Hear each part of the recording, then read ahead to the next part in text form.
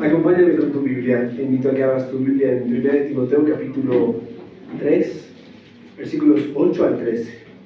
Vamos a leer esta porción del texto que se halla en Timoteo y acercarnos a nuestra segunda parte de este texto que lo vimos hace unas semanas. Así que, por favor, abre tu Biblia, 1 Timoteo capítulo 3, versículos 8 al 13, que dicen de esta manera: Los diáconos asimismo deben ser honestos, sin doblez, no dados a mucho vino, no codiciosos de ganancias deshonestas, que guarden el misterio de la fe con limpia conciencia, y que estos también sean sometidos a prueba primero, y entonces ejerzan el diaconado si son irreprensibles. Las mujeres asimismo sean honestas, no calumniadoras, sino sobrias, fieles en todo. Los diáconos sean maridos de una sola mujer, y que gobiernen bien sus hijos y su casa. Porque los que ejerzan bien el diaconado ganan para sí un grado honroso y mucha confianza en la fe que es en Cristo Jesús. Oremos. Señor, gracias por tu palabra que ahora la abrimos frente a nosotros y deseamos, Señor, en verdad, anhelamos que nos hables por medio de ella, que retes nuestro corazón y a su vez nos desafíes a caminar conforme a la medida de Cristo, que por excelencia fue el siervo que vino a dar su vida, Señor. O aquel que estuvo entre nosotros como el que sirve, siendo Dios y Rey de todos, Él nos enseña a servirte. Te pido, Señor, haz que nuestros corazones ahora abracen esta enseñanza acerca de lo que es el servicio cristiano y con respecto a aquellos hombres que tú levantes en nuestra iglesia para servir de esta manera tan noble y tan honrosa, Señor. Te pedimos, guíanos a tu verdad y pon el Evangelio frente a nosotros para que miremos a Cristo y solo a Cristo. En el nombre de Cristo Jesús. Amén. Amén. Mis hermanos, hace unas semanas atrás veíamos, obviamente paramos unos segunditos por unos cultos, ¿verdad? Unos domingos, por algunos temas que queríamos ver juntos en estas semanas. Y entonces ahora retomamos en un sentido la serie que está en Timoteo, pero realmente la segunda parte de este sermón que habla sobre los diáconos. Y entonces hemos visto lo que es la dignidad de los diáconos. Ahora estaremos observando, vimos la dignidad y los requisitos en los versos 8 y 9, y ahora estaremos continuando con los requisitos y la recompensa del diácono, de los diáconos. Y sabes, algo que a mí me llama mucho la atención, ya hemos visto y creo que hay una repetición, pero vale la pena repetirlo, ¿no? Acerca del carácter de los ancianos como de los diáconos, o de los pastores y los diáconos, llámese así. Y veíamos que ellos deben ser honestos, sin doblez, no dados a mucho vino, no codiciosos de ganancias deshonestas, que guarden el misterio de la fe con limpia conciencia. Hasta allí vimos la última vez y en verdad fue muy, muy enriquecedor, puesto que se nos llamó a todos a ver nuestra vida frente al espejo de la palabra y observar que esto sea también parte de nosotros. Ahora, hermanos, amigos aquí presentes, quiero que veamos la gracia del Señor a la luz de los textos 10 en adelante, pero no sin antes pensar en una breve introducción. Y es que si recuerdas conmigo ese plan de lectura que hemos hecho en los últimos años, seguramente pasaste por Jueces, y Jueces es una carta muy interesante. Jueces es una carta, un libro, y este libro está compuesto de varios relatos históricos del pueblo de Israel en un tiempo en el que, valga la redundancia, se repite 2 veces por lo menos este texto. En aquel entonces no había rey y todos o cada cual hacía como bien le parecía, ¿verdad? Creo que no es muy diferente del tiempo en el que vivimos, y a veces vivimos de esta manera. Llámese, el mundo en el que vivimos vive de esta forma, como si no hubiera un rey y cada uno hace lo que bien le parece. Ahora, en este relato, y que te invito a que puedas leer el libro de Jueces, está lleno de relatos tan fascinantes respecto a la soberanía de Dios en un tiempo en el cual el pueblo desobedecía, pecaba, Dios les ponía a prueba o los reprendía o disciplinaba, venían los filisteos o diferentes pueblos enemigos, los llevaban cautivos por un tiempo, Dios les enviaba un juez que los libertaba, y así un ciclo tras ciclo tras ciclo en todos jueces, ¿no? No todos los jueces tenían una reputación moral firme, algunos de ellos sí, pero a Dios le plació servir y ayudar a su pueblo en medio de esta transición de disciplina, cuidado, liberación de parte de Él. Pero hay un relato que a mí me llama mucho la atención y que suena hasta de película, parece que lo hicieron en Hollywood, pero esto tiene mucho más tiempo de lo que estas cosas existen. Y sabes, en el capítulo 7, aunque no vayas a salir, simplemente escúchame este relato que estaba meditando ayer. ¿Recuerdas aquel texto bíblico que relata la historia del ejército que fue reducido a 300 hombres? Allí en Jueces se encuentra en el capítulo 7, y esta es la historia de Gedeón. Sí, Gedeón, aquel que algunos se burlaron de él por no tener mucho cabello, ¿verdad? Gedeón que le probó a Dios y Dios le dio la respuesta a su prueba, ¿verdad? Gedeón que en un momento estaba con mucho temor allí, escondido, tratando de preparar un poco de comida. Gedeón, aquel hombre que tomó de Elías, ¿verdad?, esta porción de espíritu. Y bueno, en este relato se halla cómo Dios redujo el ejército de Israel para enfrentar a 135,000 madianitas. Estamos hablando de un ejército vasto, amplio, grande y listo para atacar al pueblo de Israel. Pero, como mencioné al principio, Dios redujo al pueblo, o al ejército, mejor dicho, de Israel. ¿Por qué digo redujo? ¿Sabes? Dios instruyó a Gedeón para que probara a los hombres del ejército con dos pruebas. La primera prueba fue que libremente pidió a todos los que estaban en ese ejército. Hay que recordar que el ejército de Israel estaba compuesto de aproximadamente unos 32,000 militantes dentro de este ejército. O sea, un ejército dentro de todo no poco, ¿verdad? Pero comparado a 32,000 militares del ejército de Israel contra 135,000, así que eso suena muy fuerte. Es un ejército muy grande contra un ejército relativamente pequeño. Pero la primera prueba fue que él pidió libre y voluntariamente que los que tuvieran temor, que los que tuvieran miedo, regresaran a su casa. ¿Tienes miedo? ¿Estás aquí? ¿Vas a pelear la batalla? ¿Pero tienes temor? Entonces no, vuelve a tu casa. No queremos que pelees, no queremos que tu miedo sea movido y te haga tal vez en medio de la batalla desertar. Así que vuelve a casa. Y así el ejército se redujo de 32,000 a 10,000. Eran 32,000 y ahora son 10,000. La primera prueba fue esa. No era tan difícil, ¿verdad? ¿Tienes miedo? Ven a tu casa. Está bien, no hay problema. Ven a tu casa. Y muchos se volvieron a su casa. Pero la segunda prueba fue más interesante, porque en esta no se abrió a que todos puedan responder, sino que se vio una actitud, una respuesta de. Luego Dios redujo aún más al ejército al observar cómo los hombres bebían agua de un río. Entonces llegaron en su marcha, en su campaña, en su avance, llegan a este río, y entonces le dice a Gedeón: mira con atención cómo beben agua del río. Y entonces yo siempre imagino un soldado que se saca el casco, ¿verdad? Y tiene el casco de agua y se toma todo el agua. Pero no tenían cascos como los de los soldados de nuestro tiempo. Entonces, unos hacían esto: llevar su cabeza al agua, metían la cabeza debajo del agua y tomaban todo el agua que podían porque tenían sed. Y otros llevaban su mano al agua y tomaban del agua que estaba allí, mientras seguían observando y vigilando. En esta prueba se debía observar que solo aquellos que tomaban el agua con su mano, sin agachar su cabeza, y que estaban atentos, iban a ser los que iban a pelear esta batalla, iban a librar esta guerra, y que los demás tranquilamente también podían irse a su casa. Imagínate, seleccionar en medio de 10,000, ¿no? ¿Quiénes metieron la cabeza debajo del agua? El propósito de esta reducción de ejército, llámese así, era mostrar que la victoria siempre viene del Señor, que no es por espada ni por ejército, sino por el Espíritu de Dios, y no de la fuerza, evidentemente, de los hombres, en ningún sentido. El texto clave en todo este relato allí en Jueces es el capítulo 7, verso 7.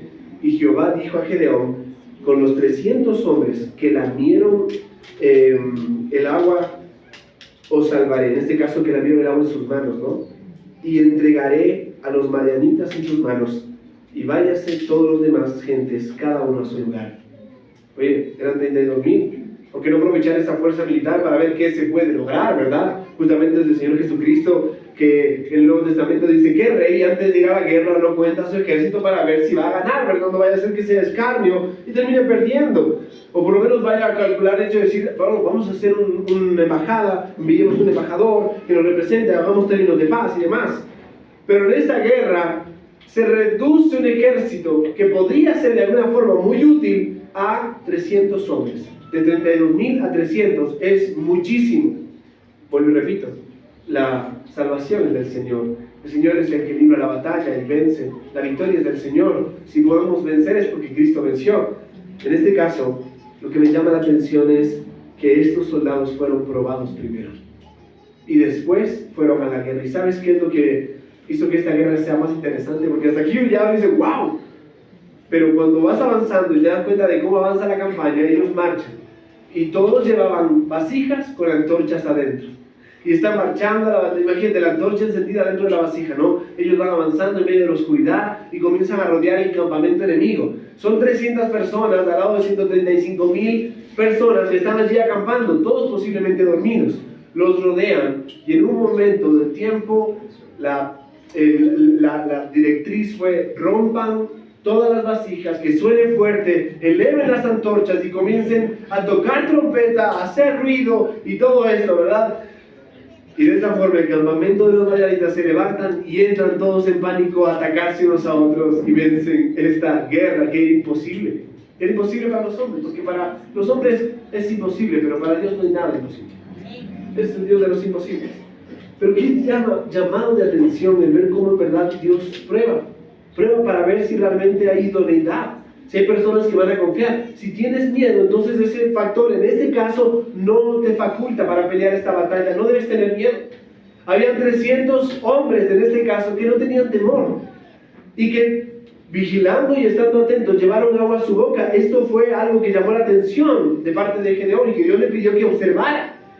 Pero luego la forma en la que se gana esta batalla es increíble, ¿verdad? Parece todo la historia, ¿verdad? Una cosa allí, uno esperaría una gran batalla, mucha sangre derramada, sí, pero entre ellos, se mataron entre ellos. Ahora, hermanos, el texto empieza en el versículo 10 diciéndonos: y estos también sean sometidos a prueba primero. Dios llevó un proceso de prueba para estos soldados en el Antiguo Testamento, para llevar 300 hombres específicamente a ganar esta batalla. Porque se nos recuerda que en cualquier tiempo o ocasión en el cual el pueblo de Dios tenga que ganar, tiene que hacerlo con los hombres que Él ha designado y a la manera en la que Él ha establecido ganar. La iglesia necesita hombres fieles que se pongan en la brecha y se paren allí como ejemplo de carácter cristiano, tanto para el servicio pastoral como diaconal, tanto como para hombres que estén dotados para poder colaborar en diferentes áreas, y también hombres y mujeres que amen a Cristo y que deseen servirle en la iglesia local. Pero necesitamos que Dios nos conceda el tiempo adecuado para observar cuidadosamente. Y el primer punto es este, porque los requisitos anteriores ya los vimos. En este caso, es que el requisito tiene que ver con ser puestos a prueba. Hay que probarlos. Tal vez no va a ser, tienes miedo, entonces no, tú no puedes ser diácono. Pero el punto es, queremos diáconos que sean fieles. Y si van a ser los pocos, al lado de 32,000, solo 300, imagínate de una iglesia, que sean los mejores. Algunos en el contexto del pueblo de Israel eran diestros de muchas cosas, ¿verdad? Ellos eran buenos en romper vasijas, elevar antorchas y tocar trompetas. Y ganaron la batalla. Amados hermanos, se requieren ciertas habilidades y características para ciertas cosas. Pero en este llamado se requiere carácter. Hombres fieles dispuestos a ponerse en la brecha. Antes de ser oficialmente reconocidos como diáconos o cualquier oficial en la iglesia, deben pasar por un periodo de evaluación. Un periodo de evaluación que debe ser bien desarrollado, y la iglesia debe participar activamente en ese proceso para confirmar que verdaderamente cumplen con los requisitos. Deben ser no solo conocidos, sino que ese proceso de evaluación que la iglesia lleva a cabo nos concede la oportunidad de verlos a mayor profundidad, de ver que ellos son íntegros en su vida, no perfectos, pero sí que son personas que claman al Señor continuamente por santidad, que viven agradando al Señor en la manera en la que buscan su rostro en su comunión con Dios, que aman a sus esposas, que aman a sus hijos, que sirven en estas áreas tan nobles dentro del hogar que les vuelve idóneos para servir también en la iglesia. Este tiempo permite a la iglesia observar y discernir si son aptos para el servicio. Y la iglesia tiene que observar. Yo me imagino a Gedeón prestando atención a todos los que estaban tomando agua y comenzando a hacer esta selección en particular. Y a los demás, muchas gracias, pueden volver a casa, estén tranquilos, no pasa nada. Pero hay 300 personas que él escoge, 300 personas que estaban dispuestas a ir a la batalla. Y estas personas fueron observadas primeramente. Ellos no sabían que les estaban observando, pero alguien los observaba. Y a veces sucede de la misma manera en la iglesia. Muchos no saben que están siendo observados, que están siendo examinados. Y hay hermanos que están unos más atentos que otros. Pero alguien está observando, amados hermanos. Nuestro Dios, que lo conoce todo, conoce nuestro corazón en lo profundo. Pero también ha llamado a la iglesia a prestarle atención a esta calidad de hombres, a este tipo de personas que no son de ninguna manera mucho más especiales o poderosas o que tienen superpoderes o grandes habilidades, sino que son simples hombres como tú y como yo, pero que tienen un corazón para el Señor, un corazón para el Señor. ¿Sabes? Hechos 6 nos dice algo con respecto a esto. Hechos 6:3 nos enseña que cuando se llamó a esta búsqueda de hombres para poder colaborar en este servicio en las mesas, la petición fue que busquen entre ustedes a 7 hombres de buena reputación, llenos del Espíritu y de sabiduría, a los cuales encarguemos esa responsabilidad. ¿Sabes? Los primeros diáconos, como Esteban o Felipe, no solo administraron bien las necesidades que había en la iglesia, sino que también sirvieron como testigos del Evangelio. Estas personas cumplían con estas características: buena reputación. Y eso significa escuchar con atención lo que la gente dice de esta persona, lo que las personas dicen de él, lo que el mundo dice de él, lo que sus vecinos o lo que su familia dice de esta persona. Se requiere que se observen cosas que normalmente no siempre prestamos atención. Es súper interesante ver cómo a veces hay ciertas pruebas que llevan tiempo, pero que nos van a dar el hecho de poder tener un buen resultado. Por esta razón creemos que esta es la persona idónea. Como aquella persona que fue probada, llamándole a que pueda hacer algún tipo de mala decisión financiera de una empresa para sacar alguna parte, una porción y darle a los jefes. No le dije, mira, tú te vas a ganar tanto, solo tienes que firmar acá y entonces ya con esto tenemos lo que necesitamos. Y él dijo, no puedo hacerlo, no puedo hacerlo, no es correcto. Aún poniendo su trabajo en el hecho de perderlo, ¿no? Y entonces eso les llevó a los jefes a decirle, gracias, acabas de salir aprobado. Queremos darte este cargo específicamente y se necesita hombres que sean íntegros para poder desarrollar este cargo. Ayer nos hablaba con un hermano muy amado y mientras hablábamos de esto, hablábamos de cómo en la iglesia se necesitan hombres fieles.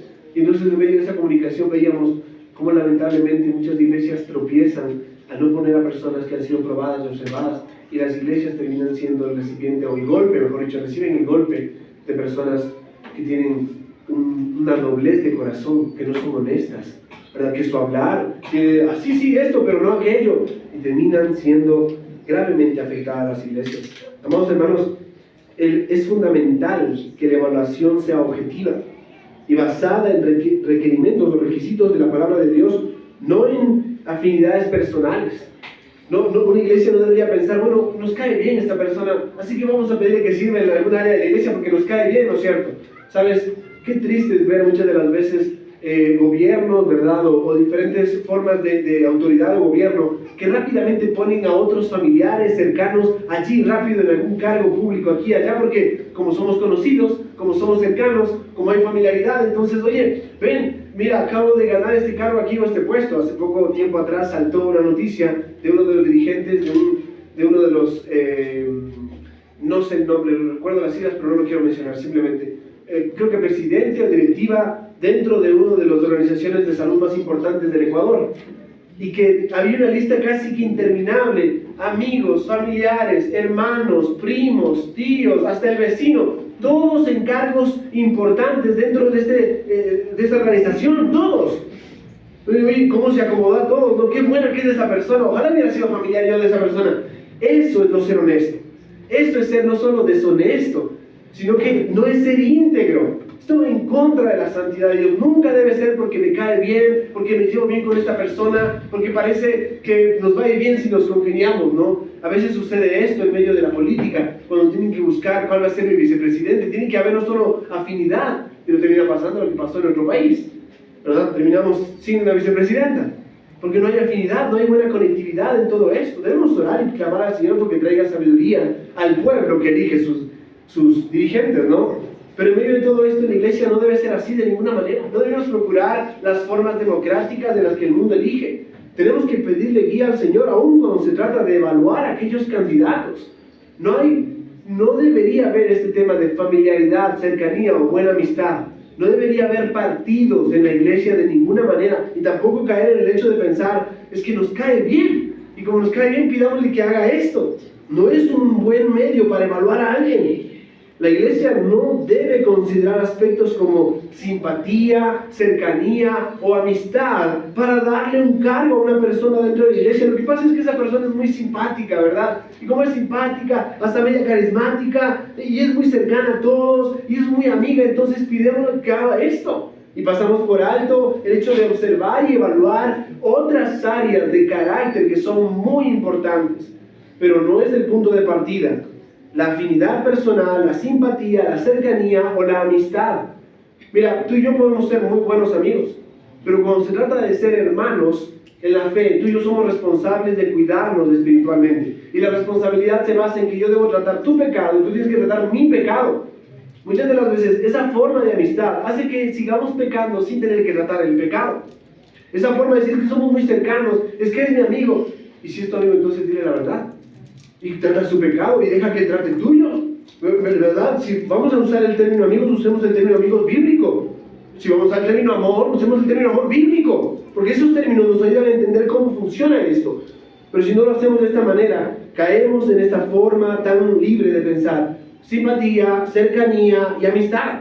La responsabilidad no recae sobre estas cosas. La responsabilidad de esta decisión recae sobre toda la congregación. Sobre toda la congregación. No debería haber este cuadro de lo que pasa es que esta persona, como me cae bien, vamos a darle este lugar, o pasa que yo le debo algo, entonces mejor démosle este cargo. Qué triste y lamentable es ver esto en el mundo. Llámese a veces viveza criolla. Eso es pecado, eso está mal, eso no le agrada a Dios. Dios quiere que seamos íntegros de la forma en la que hacemos las cosas, aun cuando se trata sobre todo entre hermanos en la fe. Mucha más integridad. Hay un lema que tienen un par de hermanos aquí entre nosotros que siempre viene a mi mente: cuanta más confianza, mayor respeto. Y eso es bueno, porque eso es lo que debemos buscar tú y yo también en nuestra vida cristiana. Cuanta más confianza podemos llegar a tener, eso significa que más debemos cuidar las almas de los unos de los otros. Más responsables somos de sostenerlos cuando están por tropezar, de cuidarlos de que no caigan, de pedirles ayuda cuando estemos en nuestra necesidad espiritual y nos sintamos tentados. Y eso nos lleva a tener un respeto mucho más alto, mucho más sublime. Amados hermanos, por lo tanto, si se elige mal, todos serán responsables, ya que el proceso no depende únicamente del pastor, sino de toda la congregación. A veces suena muy fácil, no dejemos de que él decida todo, ¿verdad? Si él se equivoca, él es el culpable. Pero es mucho más fácil. Por eso también es bueno la pluralidad pastoral, porque todos reciben carga de la responsabilidad cuando hay fallas, y todos reciben la responsabilidad de corregirlas. No solo una persona. Amamos el hecho de que Dios es el que envía obreros a su mies, pidámosle más. Pero en ese sentido también, la responsabilidad de la congregación es tremendamente alta, porque la congregación tiene la responsabilidad de observar a esos hombres. Ese periodo de prueba, ese tiempo, es un llamado a la congregación. Hermanos, observen, presten atención, acérquense, pregunten, pónganse a cuenta si las cosas no están bien, y si hay que tratar algún asunto, lo tratamos directamente, pero no pasen por alto el pensar: yo no tengo parte con esto. Cada miembro de la iglesia es responsable de ser parte activa en la evaluación de cualquier hombre que vaya a servir en algún oficio dentro de la iglesia de Cristo, amados hermanos. Todos serán responsables, ya que el proceso no depende únicamente de uno, sino de todos. ¿Sabes? Cuando a nosotros en casa nos encantan mucho las velas, sobre todo con el aroma que desprenden algunas. Y en esta semana encontramos una que nos recordó algo a mi esposa y a mí. Estábamos buscando una y encontramos algo. Cuando nos conocimos, ella se ponía algo en sus manos que tenía un aroma especial, y yo siempre me quedé con qué rico que olían tus manos de aquel entonces. Todavía huele muy rico, pero no con ese aroma. Y encontramos una vela que huele igual. Digo, wow, ese es el aroma. Le digo, mira, aquí está esta vela. Y nos gusta mucho, a veces en la noche, en la mesa, nos sentamos, prendemos velas, como en medio de los cortes de luz se prendía velas, y disfrutar un tiempo ahí de compartir con los niños, charlar, y la vela nos ilumina, ¿verdad? Qué útil. Pero a veces hay velas que se gastan rápido, entonces en media hora ya desaparecieron. Hay buenas velas que tienen una mecha muy bien entretejida, que hace que duren más. Cuando hablamos de servicio, una vela, mientras se consume, tiende y debe iluminar el camino para los demás. Debe ayudar a que todos puedan observar y atender algo, ¿no? Tal vez ahora no usamos tantas velas, lo hicimos más el año pasado. Pero el servicio de los diáconos puede parecer discreto, a veces difícil de percibir rápidamente, pero su impacto en la eternidad refleja mucho de la luz de Cristo. Y se requieren hombres probados para eso.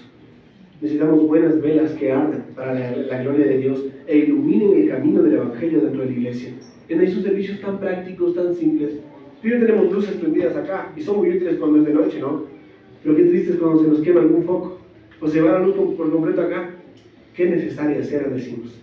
Son muy necesarios aquellos hombres en la iglesia, pero en verdad se requiere probarlos. Por eso el texto dice, no solo eso, sino, y a estos también sean sometidos a prueba primero.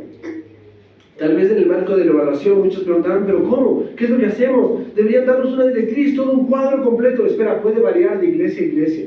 La iglesia debe ser sensible al cómo hacerlo. La Biblia nos dice que debemos hacerlo. El cómo hacerlo es nuestra responsabilidad.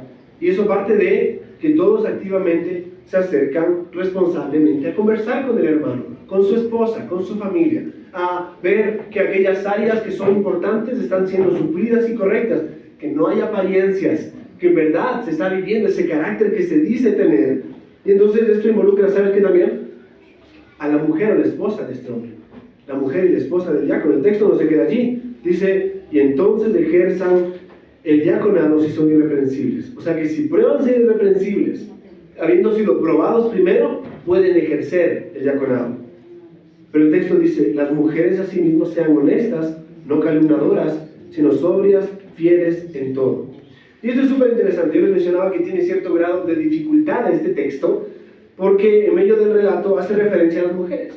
Y aquí hay tres perspectivas diferentes que muchos han asumido. Hay tres perspectivas, realmente pueden ser dos, pero pueden también ser tres, ¿no? Pero Pablo menciona a las mujeres en este pasaje, y esto trae cierta dificultad, lo que ha generado diversas interpretaciones. La primera es con respecto al hecho de que muchos piensan que a lo que se refiere es a mujeres diáconos o diaconisas, llámese así, puesto que la palabra diácono solo se encuentra de forma masculina en el original en griego. El griego nos da solo la palabra diácono en masculino.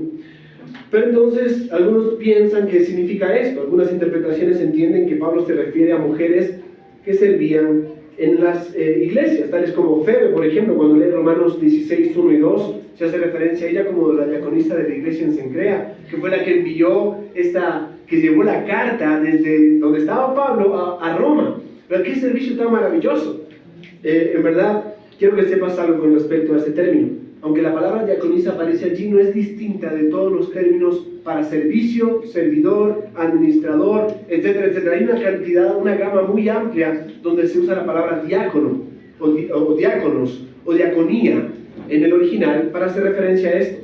Posiblemente ella sirvió y fue una servidora en esta responsabilidad de llevar esta carta hasta Roma. Esa fue esta responsabilidad que se le asignó. Ella precisamente estaba llevando esta carta, pero no necesariamente está dentro del oficio, porque solo se usan dos veces la palabra diácono para el oficio y se hallan aquí en este texto, y es los diáconos, versículo 8, y luego versículo 12, los diáconos, y ahí es la referencia particular al oficio. ¿Por qué?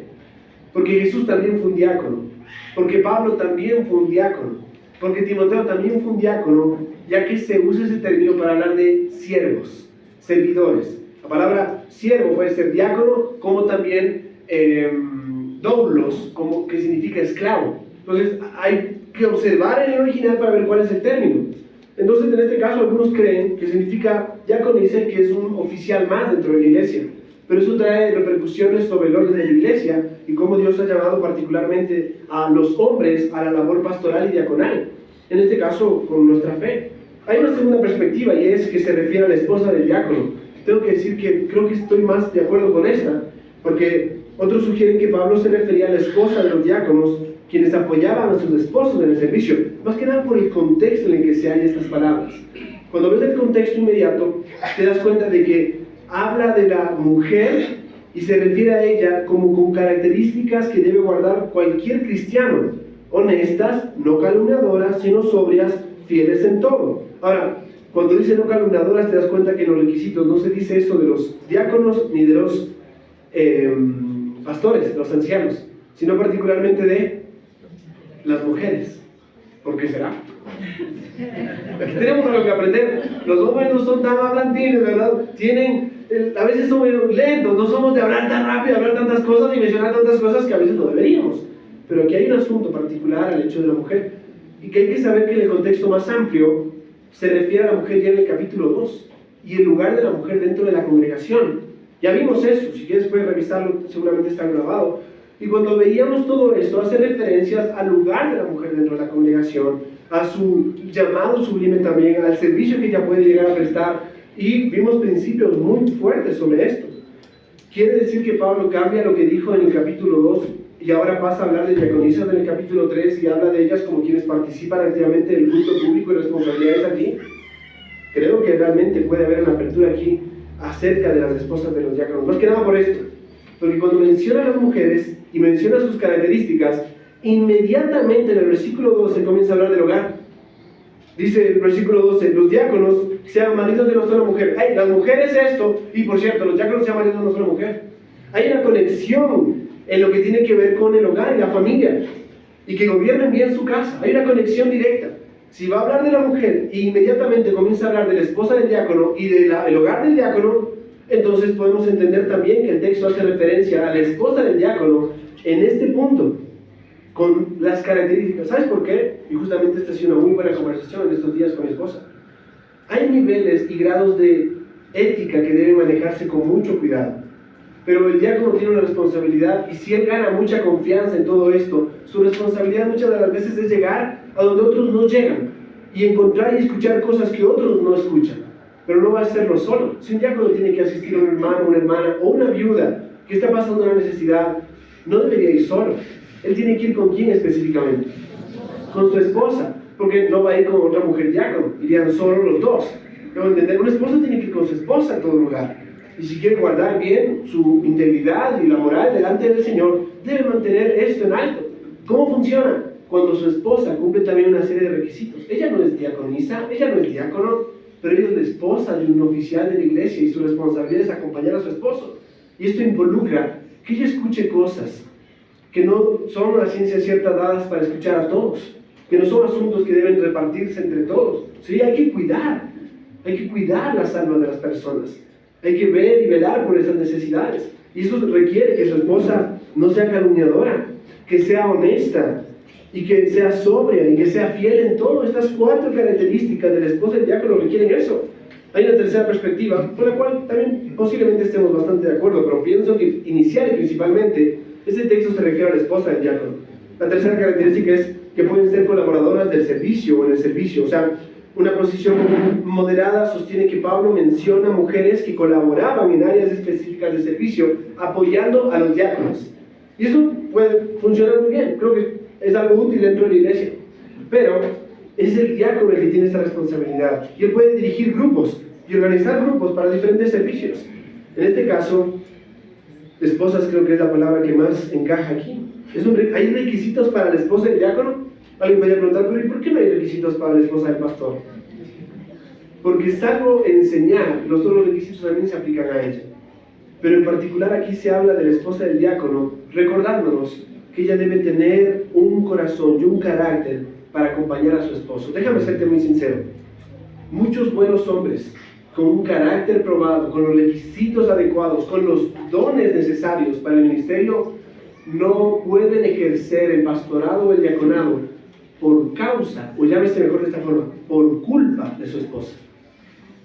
¡Qué terrible! A veces suena esa frase, ¿no? Detrás de un gran hombre hay una gran mujer. Y sí, también detrás de una gran mujer hay un gran hombre. En ambos casos, los dos tienen que ser ayuda idónea el uno para el otro. Pero el carácter de ambos tiene que estar probado. Se requiere que la esposa de un pastor como la esposa de un diácono cumplan con un carácter piadoso probado. porque buenos hombres son interrumpidos en su llamado al ministerio, sea pastoral o diaconal, por causa de una mujer que no es fiel en todo, que es calumniadora, que le gusta murmurar y hablar con ligereza, que no es sobria, siempre está controlada por algo más y no por el Espíritu Santo de Dios, y que no es honesta, muchas de las veces habla con doblez. ¡Qué terrible! La Biblia hace referencia a una mujer que es como gotera continua, ¿verdad? Que está todo el tiempo allí y allí, y esto y esto otro y aquello, y se queja y te habla. Esos pobres hombres que están allí siendo golpeados y apaleados continuamente en sus pobres oídos, ardiendo los oídos de tanto, de que le hablan y esto y el otro.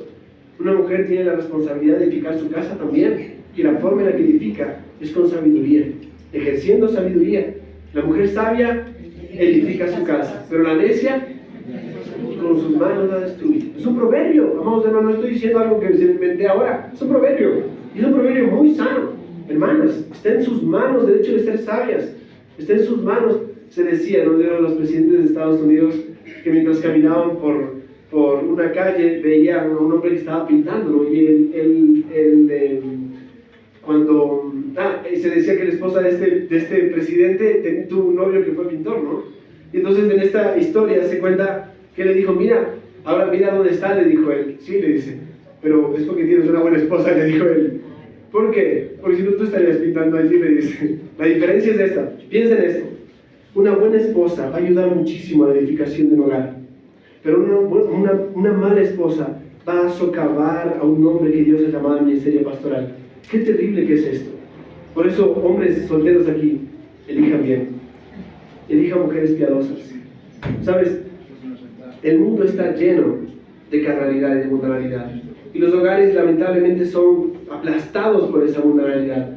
Padres, aconsejen bien a sus hijos, hablen con ellos con respecto al matrimonio, y cuando hablen del matrimonio, por favor, apuntala la importancia de que sus hijos no hablen más de tanto enamorarse como de formar un hogar, que amen formar un hogar, que deseen formar un hogar, y lo hagan con temor de Dios, que tomen decisiones sabias, y que al formar un hogar piensen, tengo que buscar una esposa piadosa, pero para eso tengo que ser un hombre piadoso. ¿Me van a entender? Se requieren hombres espirituales, se requieren mujeres espirituales, y en la iglesia se requiere de ambos para esta preciosa labor. Pero te pido, por favor, no pases por alto el hecho de pensar en el carácter por encima de lo que tus ojos ven.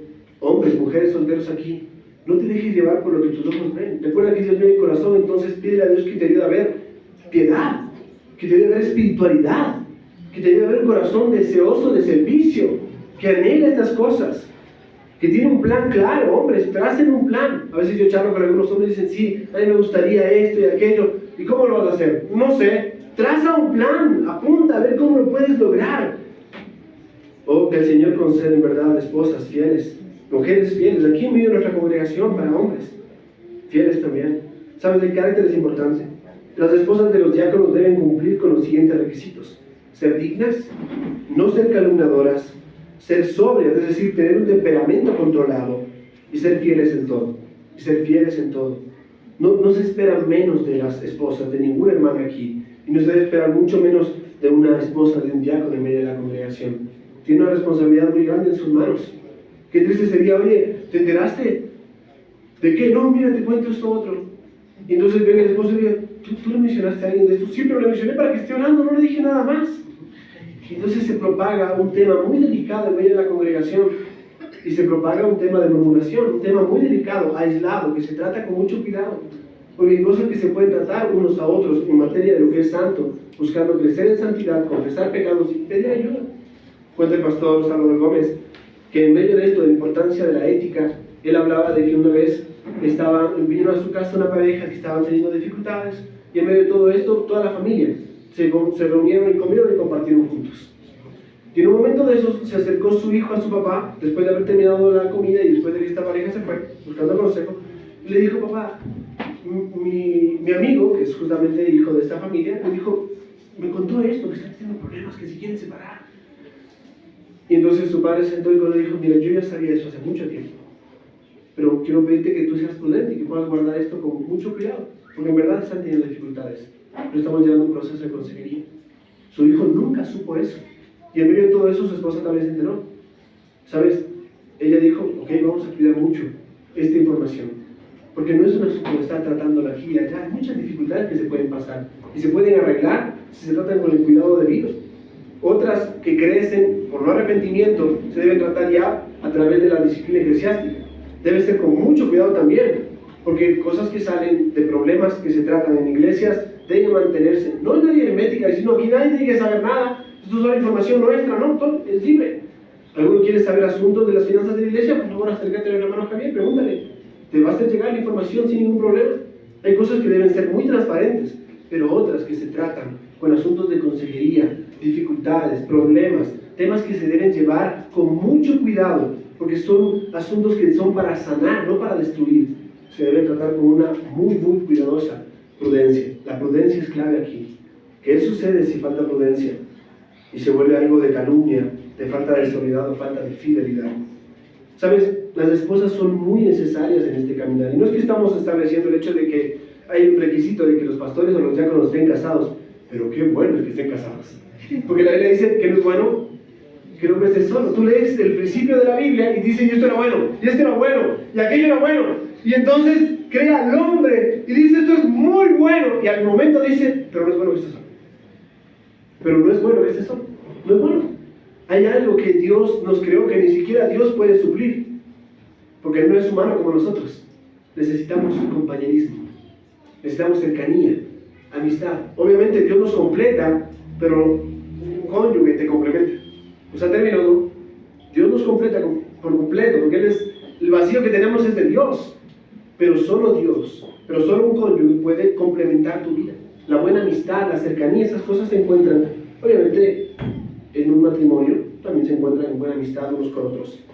Pero qué belleza es encontrar un hogar donde ellos son un buen complemento y sirven, él es un fiel diácono y su esposa está allí con él, acompaña en todo. Mira el rol que ella puede funcionar dentro de la iglesia, cubre o suple ese rol de auxiliar, de que está con él. La esposa tiene un papel clave como auxiliar de su esposo como diácono. Ella puede colaborar en tareas específicas, como visitar, apoyándolo a él, en obras de misericordia y atención a las hermanas de la iglesia, por prudencia, acompañando a su esposo en situaciones sensibles, como visitar a otras mujeres o viudas, que muchas de las veces sucede. Esto garantiza un testimonio intachable y evita posibles malas interpretaciones, posibles malos comentarios. El comportamiento de las esposas influye directamente en el ministerio de los diáconos, amados hermanos. Una esposa que no cumple con los requisitos puede descalificar a su marido para el servicio. Puede descalificar a su marido para el servicio. Además, es fundamental mantener la confianza y la privacidad en situaciones ministeriales. Llámese ética ministerial. No estamos hablando del contexto católico romano, donde pues se lleva y se confiesa, ¿verdad?, sola esta persona. No, estamos hablando de ética. Si una esposa viola esta confianza, el diácono será el que cargue con las consecuencias. Por eso la estabilidad emocional y la integridad de la esposa reflejan el orden en el hogar del diácono. Si una esposa es emocionalmente inestable, indiscreta o calumniadora, pone en riesgo el ministerio de su marido y pone en evidencia que su marido no está gobernando bien su casa. Porque todo esposo debe procurar en su hogar que su esposa sea fiel en todo. Debe procurar en su hogar que su esposa sea honesta, que su esposa no sea calumniadora. Debe erradicar ese principio que se ha propagado aquí de la vecina chismosa, o de la idea de vamos a sentarnos a conversar un par de cosas y termina hablando de Raimundo y todo el mundo, con todas las caras ya de mano, ¿no es cierto? Ya tienen toda la información completa. Deben tener cuidado. Por lo tanto, tanto el diácono como su esposa deben cumplir con requisitos bíblicos. Tanto el esposo como su esposa deben cumplir con esto. Por eso el texto avanza y nos muestra la familia del diácono en el versículo 12. Los diáconos sean maridos de una sola mujer y que gobiernen bien sus hijos y su casa. Es lo mismo que se requiere de los esposos en el área pastoral, los pastores que están casados, ¿no? Su familia, amados hermanos, su hogar. Si ellos sirven correctamente en su hogar, entonces van a poder servir correctamente en la iglesia de Dios. Pero si esto no es así, no va a funcionar correctamente. Tenemos que pedirle al Señor que nos conceda ser fieles como esposos y como padres. Miren cómo está siendo tu forma de ser esposo. ¿Cómo tratas a tu esposa? ¿Cómo hablas con ella? ¿Qué temas eliges? ¿Cómo hablas de los demás con ella? ¿Cómo oras acerca de los motivos y necesidades de otros con tu esposa? Porque esas oraciones son necesarias para la congregación y son parte del devocional del esposo y esposa. Amados hermanos, piensen esto. Marido de una sola mujer nos muestra este texto también que se requiere pureza en la vida del diácono, que se requiere una vida de integridad moral en la vida del diácono. Ahora, no solo del diácono, de todo creyente. Es la segunda vez que la Biblia en este texto, en Timoteo, nos muestra que debe ser marido de una sola mujer. Y esto significa fidelidad. Fidelidad. Fidelidad en cuanto se requiere en los ojos, en el corazón, en las manos, en todo el ser, en todo el cuerpo, en todo el espíritu de esta persona. A veces la infidelidad no solo es cometer el acto de adulterio, amados hermanos. Puede suceder en el corazón. Recuerda que antes de que el acto suceda, el corazón ya ha abrazado el pecado. Y a veces el pecado se abraza solo con el corazón sin que el acto suceda. Que Dios nos libre tanto del acto como del pecado del corazón, que tan fácilmente se puede tapar. Pero que Dios guarde los ojos de todos los hombres aquí y nos ayude a mirar lo que es santo, lo que es verdadero, lo que es puro, amados hermanos. Pablo subraya que los diáconos deben ser fieles en su vida familiar, maridos de una sola mujer y capaces de gobernar bien su hogar. Este principio refuerza la importancia de un carácter íntegro y un testimonio ejemplar, tanto de lo personal como de lo familiar. ¿Sabes? Esto involucra cosas muy serias, amados hombres, amados padres de familia, ¿sí? Y hogares aquí presentes. Esto es que mi hijo es rebelde, debe ser corregido con un padre que es disciplinado. Un padre que es disciplinado corrige la rebeldía de sus hijos a través de palabras, a través de requisitos y también el establecer normas claras en el hogar, y esto va venciendo poco a poco esta rebeldía. Porque recuerda, mis hijos también son rebeldes porque nacieron así. La tarea nuestra es corregir esta rebeldía en el corazón. Recuerda que la necedad vino ligada al corazón del niño, y les dice la Biblia que la vara de la reprensión va a corregir eso. Entonces comienza a trabajar en el corazón de tus hijos. Si tal vez tú estás acá y dices, oye, cuando hablamos de gobernar el hogar, yo no me siento idóneo.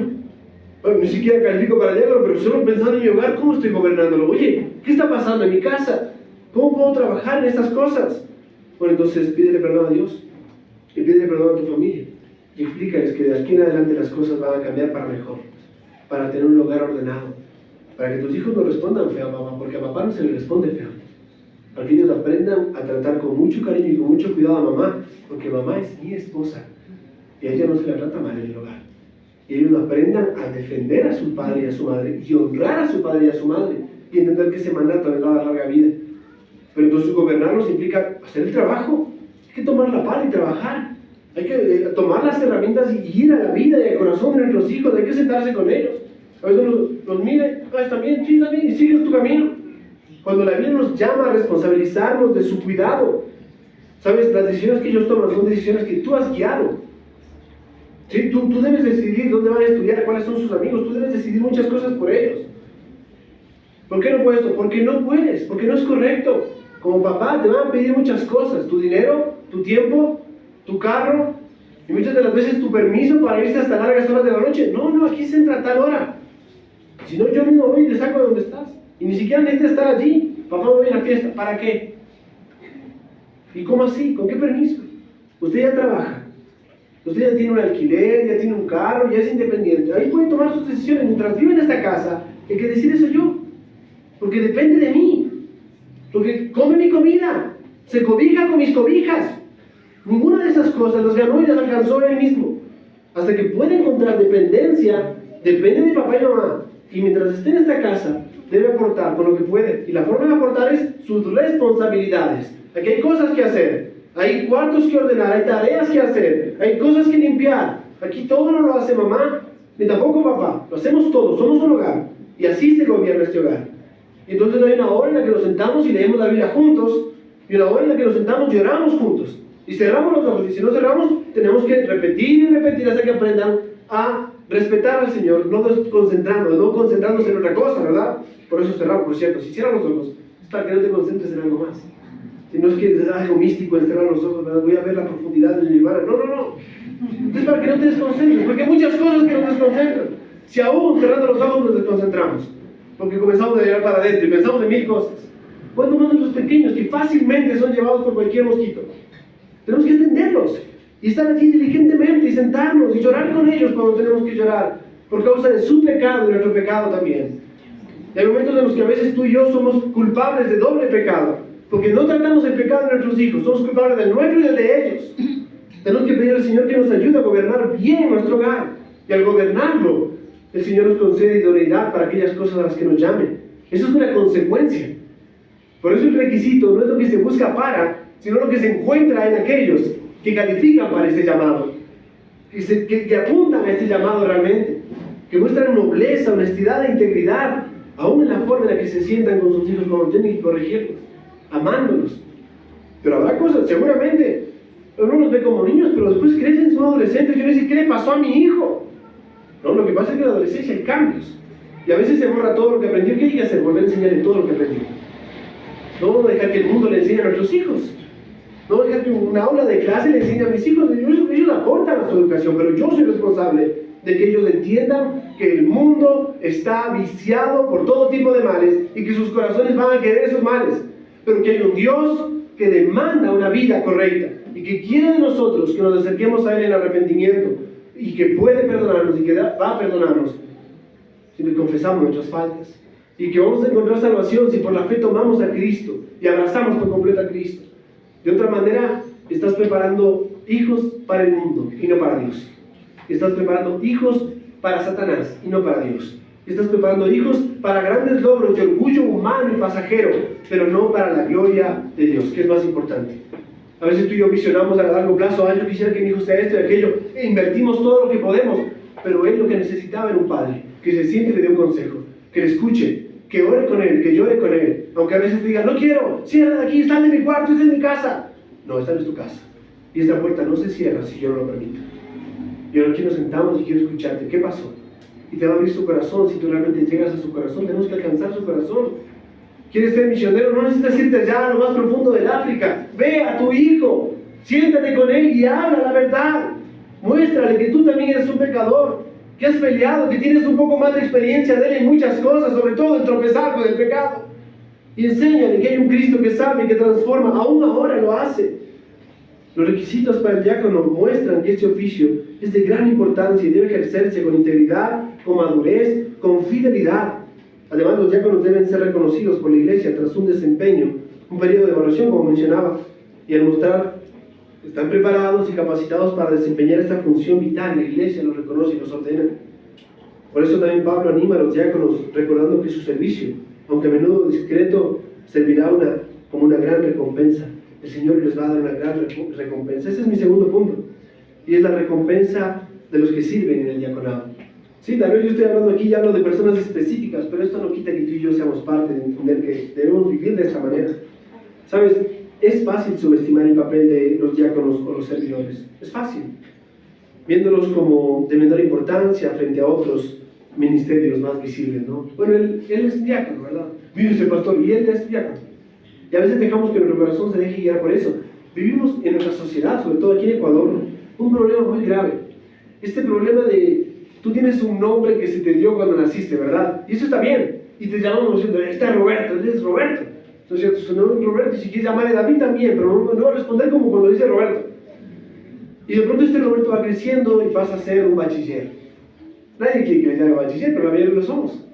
Pero cuando pasa y trasciende sus estudios, y abraza una vida profesional, pero no la vida profesional en la profesión y en la labor, sino solo el título. Y ahora tienen que llamarle por el título. Y hay que cambiar la invitación que se le envió porque dice solo el nombre, tienen que ponerle la parte principal y todo un protocolo, ¿no? Porque ahora es el licenciado, el ingeniero, ¿verdad? El doctor, el PhD. Es un problema que tenemos en Ecuador, ¿sabías? A mí me sorprende, en la cultura argentina no pasa esto. Te puedes encontrar con el presidente y ¿cómo andás? ¿Todo bien? Sí, ¿qué es esto y otro? Como si fuera igual a ti, porque lo son. Porque lo que han alcanzado no nos hace diferentes a otras personas. Somos muy clasistas, ¿sabías? Es un problema pecaminoso del corazón de nuestra sociedad. Creemos que somos importantes. Tenemos muchas culturas en nuestro país.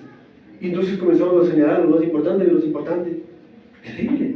Luego llega la ola de titulación, porque la universidad está bien, estudiar está bien. Pero cuando sacas el título, ahora tu título es más importante que tu persona. Entonces caemos en un problema y olvidamos que somos personas. Le dicen, los hijos le dicen a los padres, ahora tienes que ser licenciado, ahora soy ingeniero. Ya no es hijo, dime así. Qué triste, qué doloroso. Y a veces pasa esto en la iglesia. Él es importante, él no es tan importante. Todos son importantes. Todas las vidas importan en este mundo. Todos son dignos. Todos tienen dignidad porque Dios los creó así. Entonces en la vida de la iglesia los diáconos son muy importantes y ejercen y tienen una labor muy necesaria en la vida de la iglesia. Esta percepción contradice la enseñanza bíblica, déjame decirte. Cuando tú y yo nos dejamos llevar por esa idea mundana de ser clasistas. Uno piensa que los racistas son personas que están en otros países, ¿verdad? Que se creen supremacistas. No, aquí también existe, lamentablemente. Déjame decirte algo que tal vez te sorprenda, pero hay una sola raza. Solo existe una raza, la raza humana, nada más. Y todos pertenecemos a esa raza. Y gracias al Señor por crearnos de esta manera. Luego vienen los problemas del corazón, que muestran pecado. ¿Sabes? Menciono esto, simplemente, ahora volvamos para acá. Esta percepción debe ser corregida. Tal como Pablo explica en 1 Corintios 12, los miembros del cuerpo que parecen menos destacados son, en ocasiones, los que reciben mayor honor. Los que reciben mayor honor. Interesante cuando habla de los miembros del cuerpo. Pero déjame ser un poco descriptivo. Pero estoy seguro de que nosotros nos ponemos todo tipo de ropa, pero la más cómoda es nuestra ropa interior. ¿No es cierto? Es la más cómoda. Queremos estar cómodos.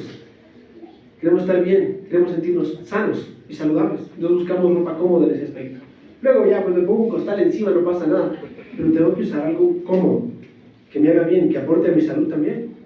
Y Pablo hace referencia a esto al cuerpo. Y a veces de esos miembros, que parecen menos destacados, en ocasiones son los que reciben mayor honor. En el reino de Dios, el más grande es aquel que sirve. Y el ministerio diaconal refleja esta preciosa verdad. El más grande es aquel que sirve. Por eso Jesús les dijo a sus discípulos, en el mundo escuchan esto, ¿verdad? Unos enseñarían aquí y otros enseñarían allá, y esto les parece bien, pero no va a ser así entre vosotros, sino que el mayor servirá al menor. Esa es la forma de gobierno.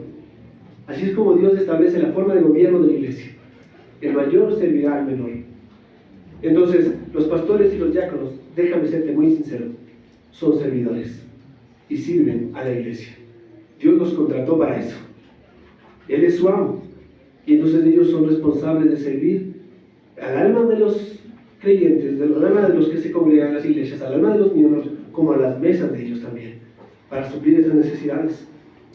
Hay dos recompensas maravillosas aquí. La una es una posición honrosa. El texto dice, los diáconos, dice, que gobiernan bien su hogar, que son maridos de una sola mujer, que tienen una esposa que cumple estos requisitos, que verdaderamente son irreprensibles porque han sido probados, que su conducta es correcta, su conciencia está limpia, guardan la fe, que no son codiciosos de ganancias deshonestas, que no hablan con doblez, sino que lo hacen sin doblez, no hablan doble discurso, verdaderamente ganan, ejercen bien ese diaconado, ganan para sí un grado honroso, un grado honroso. Esa palabra grado honroso siempre me llama la atención, sobre todo cuando uno piensa en la palabra grados como diferentes escalas en las que un militar, un policía va alcanzando, ¿no es cierto? Entonces comienza como policía, luego se convierte en cabo segundo, cabo primero, sargento segundo, sargento primero, suboficial segundo, y ya está, ha terminado su escalafón más alto, ¿no?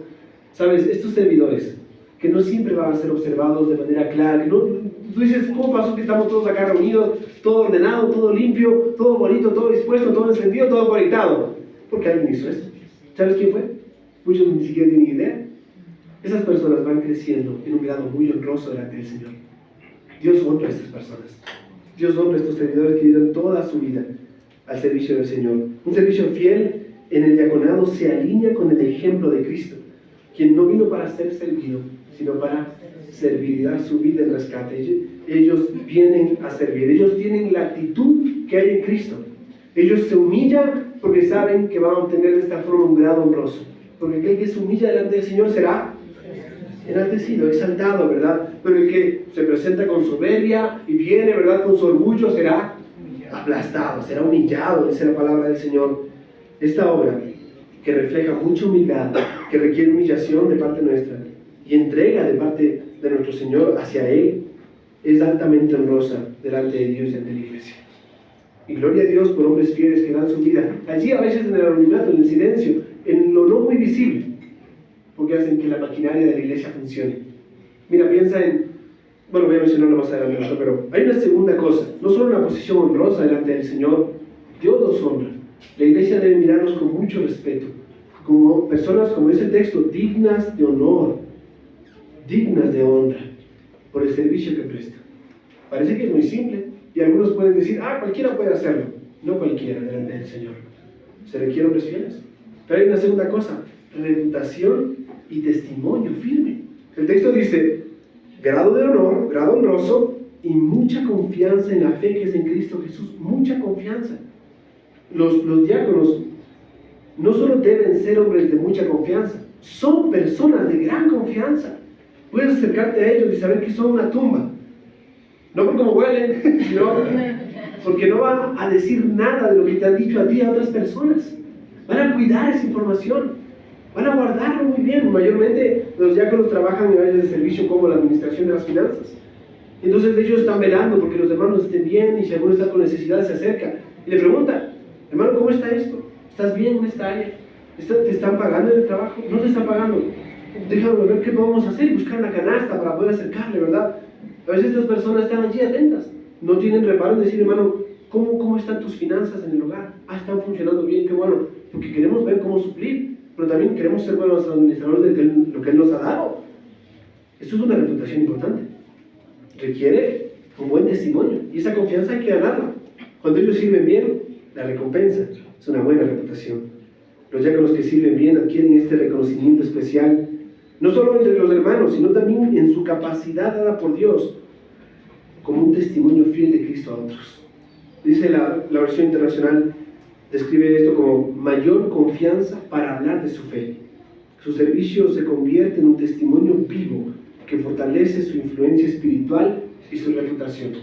Lo que hacen precede todas sus palabras, porque en verdad viven lo que creen, pero también les da gran confianza con otros, que aún no conociendo al Señor, por medio de ese testimonio vienen a la fe. Aunque no todos los que sirven han sido ordenados formalmente al diaconado, muchos en la iglesia ejercen un ministerio con una dedicación ejemplar. Déjame decirlo.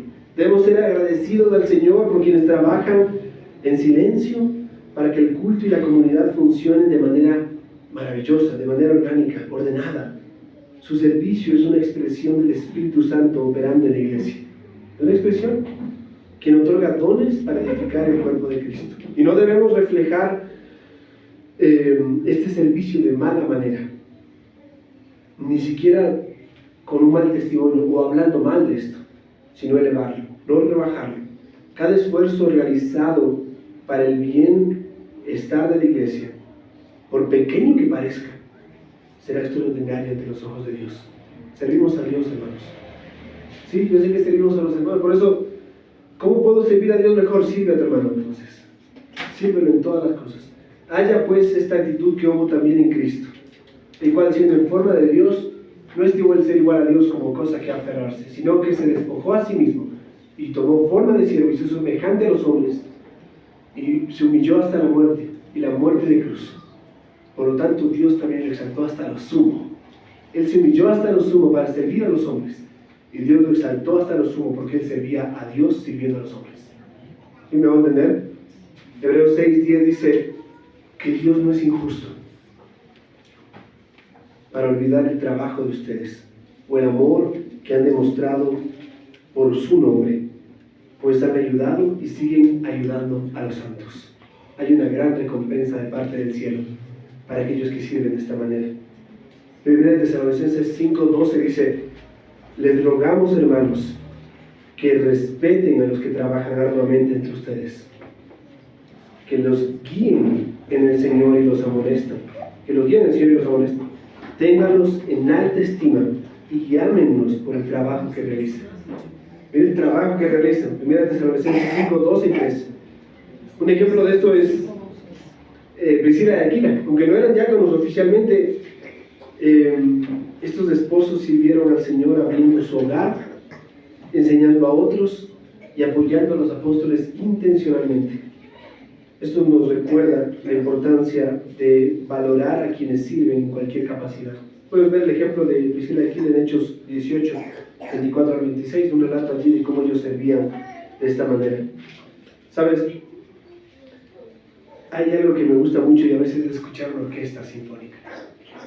Y espero poder estar en un teatro para escucharlo, ¿no? Aquí hay algunos hermanos que trabajan en eso. Pero me gusta mucho porque si tú escuchas uno de los instrumentos así solo encostadito, parecería que no es tan importante. Pero cuando lo unes a toda la orquesta, ¡wow! Era necesario. ¿Verdad? Esta persona que está con ese triangulito y le da, le dio, pero era parte de todo, es parte orgánica del todo. Y sabes, una sinfonía no puede ejecutarse bien sin los músicos que tocan en el fondo. Aunque no se destaquen como un gran solista, su contribución es crucial para toda la armonía y el éxito de la obra que está sonando. Así es el servicio de un diácono. Contribuyen de una manera tan armoniosa a todo lo que funciona en la iglesia, que son dignos de honor. Ganan una posición honrosa y el Señor es glorificado y Él tiene una recompensa mayor para ellos.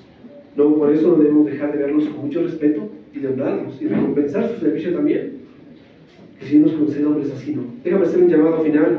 Este es un llamado a servir para todos aquí. Necesitamos diáconos, hermanos. Necesitamos observar con atención el medio nuestro y probarnos bien y ver sus requisitos y ver su hogar y escuchar a su esposa. Es un llamado para todos los hombres y hermanas también aquí que deseen colaborar en algún área. No es necesario ostentar el título de diácono, déjame decírtelo, para participar en el servicio a los demás. Como miembros de la iglesia, todos estamos llamados a aprovechar cada oportunidad para servir en la obra del Señor. El servicio impregnado de humildad, de amor, de devoción, nos permite imitar a Cristo, el diácono supremo, quien dejó su gloria celestial para entregarse completamente a nuestro favor, amados hermanos. Aún cuando no lo merecíamos, porque no servimos a nuestros hermanos porque lo merecen, los servimos y les servimos porque los amamos. Hay una diferencia grande, hay una diferencia muy grande. Entonces sigamos cultivando una iglesia que honra y fomenta un espíritu de servicio, que está presto y rápido para ver qué se necesita, en qué puedo ayudar, qué puedo hacer, dígamelo por favor, reconociendo que en ello encontramos el verdadero propósito del Evangelio. Qué lindo es cuando uno llega a la iglesia y alguien te recibe, ¿no? ¿Quién quiere hacerlo? ¿Verdad? O cuando ya te vas y alguien te despide, ¿quién quiere hacerlo? O cuando estás aquí y ves que todo está ordenado, oye, yo también podría ayudar a ordenar esto, y ves que todo está limpio, yo también puedo ayudar a limpiarlo. Entonces, pregunta, y abre tu corazón a un servicio mayor. Hay un hermano que siempre me pregunta, ¿tienen folletos? Ya estamos imprimiendo más. Me encanta esa forma de ir y entregar un folleto aquí, y otro acá, y otro allá. Tenemos que imprimir más. Tratados evangelísticos. Es una forma de servicio. Llegas a un hogar, le entregas un pancito y le das un folleto. Te sientas a conversar con alguien, escuchas su vida, sus cargas, oras por él, le haces bien de alguna forma práctica en su hogar y le dejas una Biblia. Oh, vamos hermanos, debemos cultivarlo. Esto apunta a los verdaderos propósitos del Evangelio. Gálatas 5:13 dice así: porque ustedes, hermanos, han sido llamados a ser libres, pero no se valgan de esa libertad para dar rienda suelta a la carne, sino sírvanse unos a otros con amor. Para esto Cristo nos hizo libres, para poder servirnos de la manera en la que no podíamos hacerlo de otra forma, sino solo a través de Cristo y con su amor. Efesios 4:12 dice que Dios dio dones a los hombres, y en ese contexto dio apóstoles, profetas, evangelistas, ¿verdad? Y también dio pastores que son maestros. ¿Cuál es la tarea de los pastores? El texto dice: capacitar a los santos para la obra del ministerio, para edificar el cuerpo de Cristo. Todo santo cuenta, todo creyente cuenta, todo miembro de la iglesia cuenta. ¿Quieres saber cuáles son esas responsabilidades? Ponte a leer la Biblia. Aún, déjame decirte una forma en la que se resume esto, se halla en la constitución de nuestra iglesia. Ahí está colocado responsabilidades para con Dios, responsabilidades para con los hombres, responsabilidades para el miembro de la iglesia, para el que no es miembro, para el que es creyente de otra congregación, para el no creyente, para el que es del mundo. Hay un montón de responsabilidades. Cuando tú practicas esa responsabilidad, lo que estás haciendo es amar a tu prójimo. Y ese es el servicio que Dios quiere de nosotros. Si aprendes cada una de esas cosas, estarás guardando la ley y los profetas. No debáis a nadie nada, dice la palabra del Señor, sino amaros los unos a los otros. Así se resume la ley. Cuando tú amas a Dios y amas a tu prójimo, significa que estás guardando los 4 mandamientos para con Dios y los 6 mandamientos para con tu prójimo. Y eso implica todas las formas de servicio que tú prestas a tu hermano. Sabes, a veces no tienes que esperar a que alguien te delegue algo para hacerlo. solo hazlo. Y a veces sí tienes que esperar a que alguien te dé para hacerlo, espéralo. Pero entonces, usa la libertad que Dios te ha dado para servir a tu hermano. Mira a tu izquierda y mira a tu derecha. ¿Cuánto servicio le has prestado a la persona que está ahí al lado tuyo? ¿Cuánto lo has amado? ¿Cuántos sacrificios has hecho por ellos? ¿Cuánto bien has traído a su vida? ¿Cuánto has llorado con sus lágrimas también? ¿Cuántas cargas de ellos has llevado sobre tus hombros? ¿Cuánto bien y gozo le has traído? ¿Cuánto gozo tienes cuando a esta persona le va bien?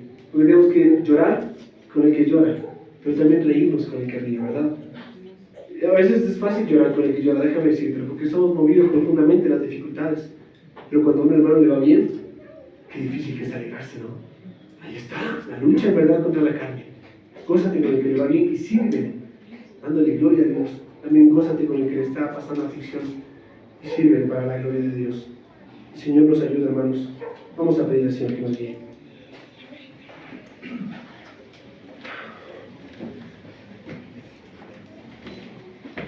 Padre, te damos gracias por tu palabra y por la enseñanza que hemos recibido. Te pedimos que nos des temor, que nos concedas prudencia, que nos llenes de sabiduría para levantar en medio de esta congregación siervos dignos para tu casa. Esta es tu casa, Señor, y tu casa requiere siervos dignos. Llena a esta tu iglesia de temor, prudencia y sabiduría. A su vez, Señor, que estos hombres sean irreprensibles, con testimonios probados y aprobados, Señor. Ayúdanos a respetar aquellas normas que tú has establecido para proteger tu iglesia y para glorificarte. Y líbranos de crear cosas artificiales a nuestra manera, pensando que podemos hacer algo mejor de lo que tú has dejado en tu palabra. Realmente no tenemos prisa, Señor, pero en verdad te pedimos que levantes obreros dignos, con hogares ejemplares, para que sean de profunda bendición para tu obra. Te pedimos esto en el nombre de Jesús. Amén. Amén, mis hermanos. Pongámonos de pie, amada iglesia. Vamos a cantar la doxología con todas nuestras fuerzas.